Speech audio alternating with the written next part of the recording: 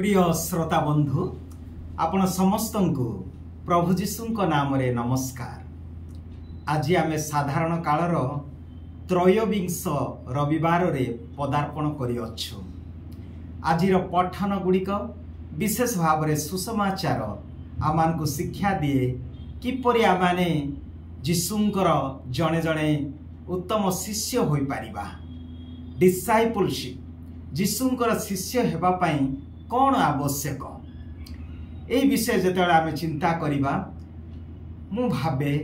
तीनोटी विषय आम समस्तंक पई बहुत मूल्यवान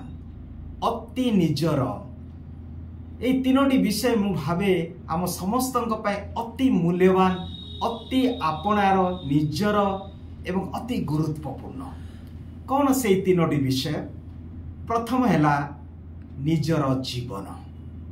निजर जीवन हैला अन्यर जीवन ने मोर जीवन बहुत गुरुत्वपूर्ण एते मूल्यवान सो मच प्रेशियस। एही जीवन को मु हरेबा पाई चाहे नाही। एही जीवन रे जतेबेले आघात आसे भय आसे विपद आसे मु एही जीवन को बंचेबा को चाहे कारण मो जीवन को मु भल पाए। मोर जीवन मो पाई अति मूल्यवान। किंतु जीशु आज तांक वाक्य रे कहउछंती जे तुमे कोन मोर शिष्य हेबा पई चाहो। आमे जदि पढ़िबा माथ्यू 10 अध्याय 39 पद रे लिखा अछि जे निज जीवन को हराए से पाइबो किंतु जे निज जीवन को बंचेबा को चेष्टा करे बा धरी रखिया को चेष्टा करे से हरेइबो। एडा आमे पढ़ी पारिबा माथ्यू 10 अध्याय 39 पद रे जे निज जीवन को धरी रखिया पाई चाहे से हरेइबो किंतु मो सकाशे जे निजर जीवन बंचेया पाई चाहे से रक्षा पाइबो। किए आमे हमर निजर जीवन को हरिया पाई चाह आमे समस्ते बंचिबा को चाह किंतु एटा गोटे आम पाई चैलेंज। निजर जीवन ठारू आमे ईश्वरंक पाई जदि जीवन देबा आमे पाइबा। एटा हैला शिष्यत्वर प्रथम विषय।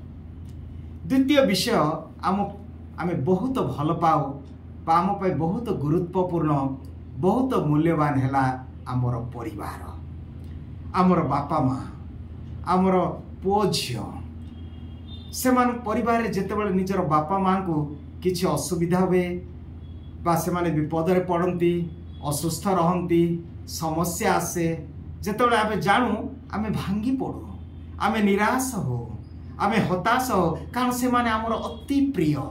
अति निजर अति मूल्यवान। एपरिकी निजर पुओ झियो को बंचेया पाई बा बापा माँ को बंचेया पाई आमे निजे जहाँ भी त्याग करी जहाँ भी बंधा रखी आमे सेमान को बंचेया पाई चाहू कारण से माने आमर अति प्रिय अति मूल्यवान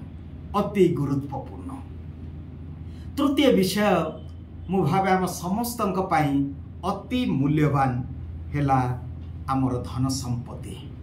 आमर धन संपत्ति आमर बैंक बैलेंस आमर घर आमर जमी बाड़ी। आज जदि टिके चिंता करिबा एही जमी विवाद को नहीं केते जे शत्रुता भाई भाई मध्य रे गोटे गछ पाई गोटे जमी पाई शत्रुता कथावार्ता नहीं काहेकि कारण एही संपत्ति एही धन आम पाई अति प्रिय अति मूल्यवान अति गुरुत्वपूर्ण आमे हरेइबा को चाहू ना। किंतु जीशु कौन कहती तांको वाक्य रे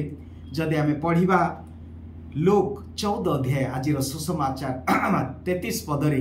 जदि जड़े सर्वस्व त्याग न करे से मोर शिष्य होई पारिबो नाही। जदि जड़े तार सर्वस्व त्याग न करे से मोर शिष्य होई पारिबो नाही। तेबे प्रिय भाई भौणी माने टिके चिंता करिबा आमर आह्वान विषय रे जे आज आम समस्त को प्रभु आह्वान करती तांको शिष्य हेबा पाई किंतु निजर जीवन को निजर जीवन ठारू से कहउछंती जो द्वितीय विषय मु कहली परिवार से कहउछंती जे केही जदि निजर बापा माँ को मो ठारू अधिक भल पाए से मोर योग्य हेबो नाही। मो ठारू अधिक भल पाए आ अन्य विशेष किए जदि मोर भाई भौणी को निजर भाई भौणी को घृणा न करे घृणा अर्थ केमिति बा जीशु या कहबे जीशु तो प्रेम करिया पई कहिले जीशु तो समस्त को भल पाइबा कहले एवं निजर परिवार विरोध में कहते यहीपरि हुए तो प्रश्न आसे यह आरामिक भाषा रे जीशु प्रचार करथिले लवलेस यार अर्थ है घृणार अर्थ है जे लवलेस अर्थात जीशु को प्रायोरिटी देवा जीशु को प्राधान्यता देवा सबु किछि भाई भौणी निजर जीवन निजर धन संपत्ति ठारू सबु ठारू प्रथम स्थान आम जीवन रे जीशु हेबार अछि जहाँकि माथ्यू 6:33 पदरे लिखा जाए जे सर्वप्रथमे प्रभु को खोज सर्वप्रथमे स्वर्ग राज्य खोज आउ सब किछि आपे आपे आसी जीव आमे जानू जीशुंकर शिष्य माने प्रथम शिष्य माने जदि मार्क 1:16-20 जाए पढ़िबा किपरि ए शिष्य माने प्रथम शिष्य आंद्रू आ पीतर से माने जाल बिछौथिले माछ धरुथिले आउ से समय जेतेबेले जीशु कहले मोर अनुसरण कर से माने कोन कले निजर व्यवसाय जाल त्याग कले छाड़ी देले जोड़ा कि तांकर संपत्ति थिला जोड़ा कि तांकर परिवार भरण पोषण पाए गोटे मात्र पंथा थिला सेटा छाड़ी देले धन संपत्ति छाड़ी देले अर्थात जाल छाड़ी देले व्यवसाय छाड़ी देले आ जीशुंकर अनुसरण कले तापर किछि दूर आग को जाए से गालिली हृद निकट रे आउ दुई भाई को जेबेदी को पुओ दोय को से देखिले सेमान को मध्य से माने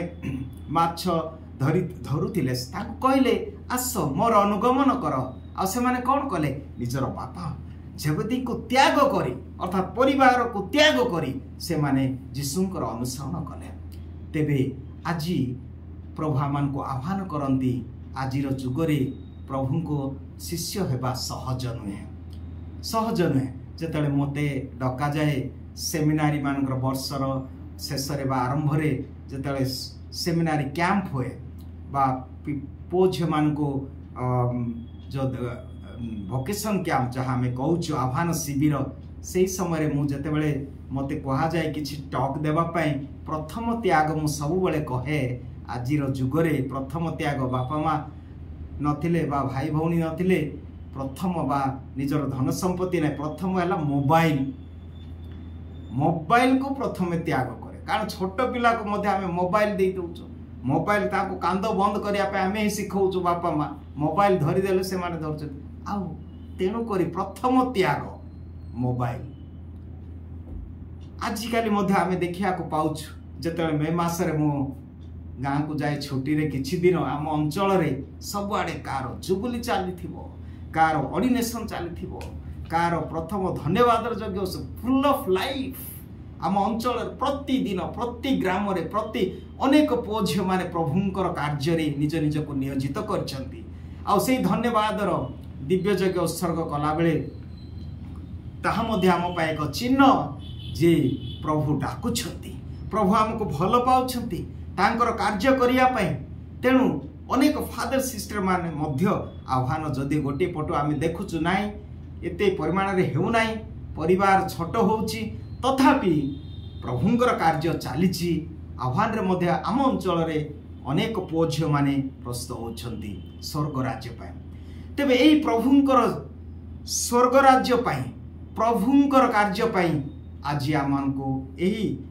सुसमाचार पठन गुड़िक आह्वान दिए तांकर शिष्य हेबा पाए किंतु ईश्वरंकर योजना आजिर प्रथम पठन अति सुंदर भावे आमान को कहा जाए जे किए ईश्वरंकर योजना जानिबो बेले बेले आमे भाबो ओ से फादर हला ओ से झियो सिस्टर हला केमिति ताको तो मु जानि नथिली से तो एही प्रकार थिले तांकर चरित्र तो भल नथिला तांको परिवार तांकर कार्यकलाप देखि आमे कहो किंतु ईश्वरंकर योजना भिन्न ईश्वरंकर योजना आमर योजना ठारो आमर चिंता ठारो भिन्न जोड़ा कि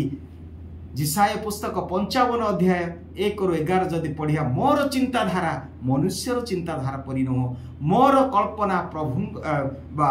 लोकर कल्पना परि नुह आकाश जेपरि पृथ्वी ठार उच्चतर सेही परि मोर चिंताधारा तेबे आजिर प्रथम पठन कहे जे ईश्वरंकर योजना जेतबेले आमे एही प्रकार प्रश्न करू आमे आजिर प्रथम पठन आमान को शिक्षा दे जे कि ईश्वरंकर योजना को जानि पारिबो कि ईश्वरंकर इच्छा को जानि पारिबो ईश्वरंकर कार्य को कि चिन्हि पारिबो केवल ईश्वरंकर चिंताधारा योजना को जहांक ठारी तांकर आत्मा अछि अर्थात प्रज्ञा अच्छी प्रज्ञा है से आत्मा से ही बुझीपर ईश्वर योजना। आज प्रथम पठन स्पष्ट भाव कहे से प्रज्ञा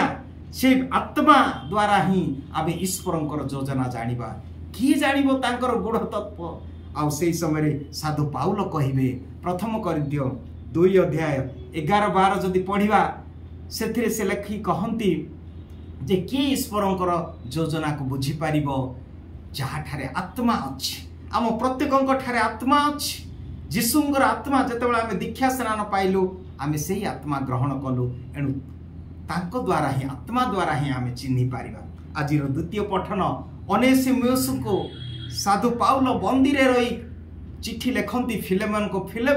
फिलेमन जड़े से ही कलसिय नगरी जड़े व्यक्ति जे जहाँ ठारे